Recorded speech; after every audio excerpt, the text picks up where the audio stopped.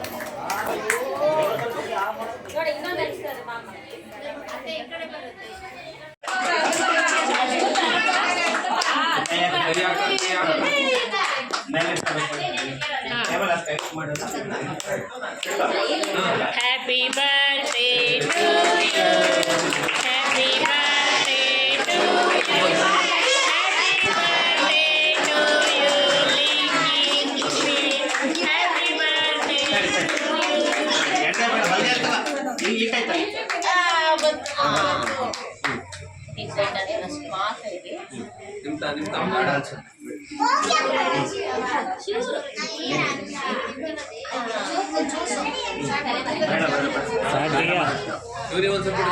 ಇವನು ಅದ್ಭುತ ಇವನು.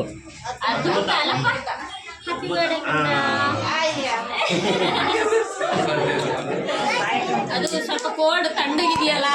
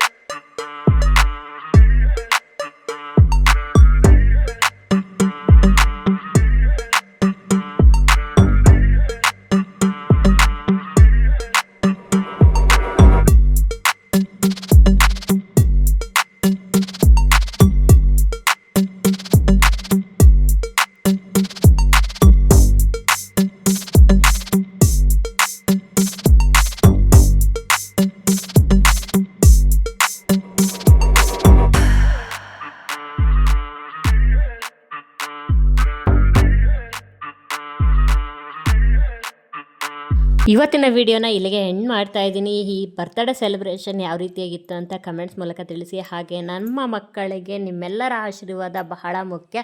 ಎಲ್ಲರೂ ಕೂಡ ಅಲ್ಲಿಂದನೇ ಆಶೀರ್ವಾದ ಮಾಡಿ ಆರೋಗ್ಯ ಐಶ್ವರ್ಯನ ಕೊಡಲಿ ಆ ದೇವರು ಅಂತ ಕೇಳ್ಕೊಳ್ತಾ ಇವತ್ತಿನ ವಿಡಿಯೋನ ಇಲ್ಲಿಗೆ ಎಂಡ್ ಮಾಡ್ತಾ ಇದ್ದೀವಿ. ಎಲ್ಲರೂ ಕೂಡ ಬಾಯ್ ಬಾಯ್, ಧನ್ಯವಾದಗಳು. ಮತ್ತೆ ನಿಮ್ಮ ಜೊತೆ ಸಿಗ್ತೀವಿ ಹೊನ್ನಾಳಿ ಜೋಡಿ.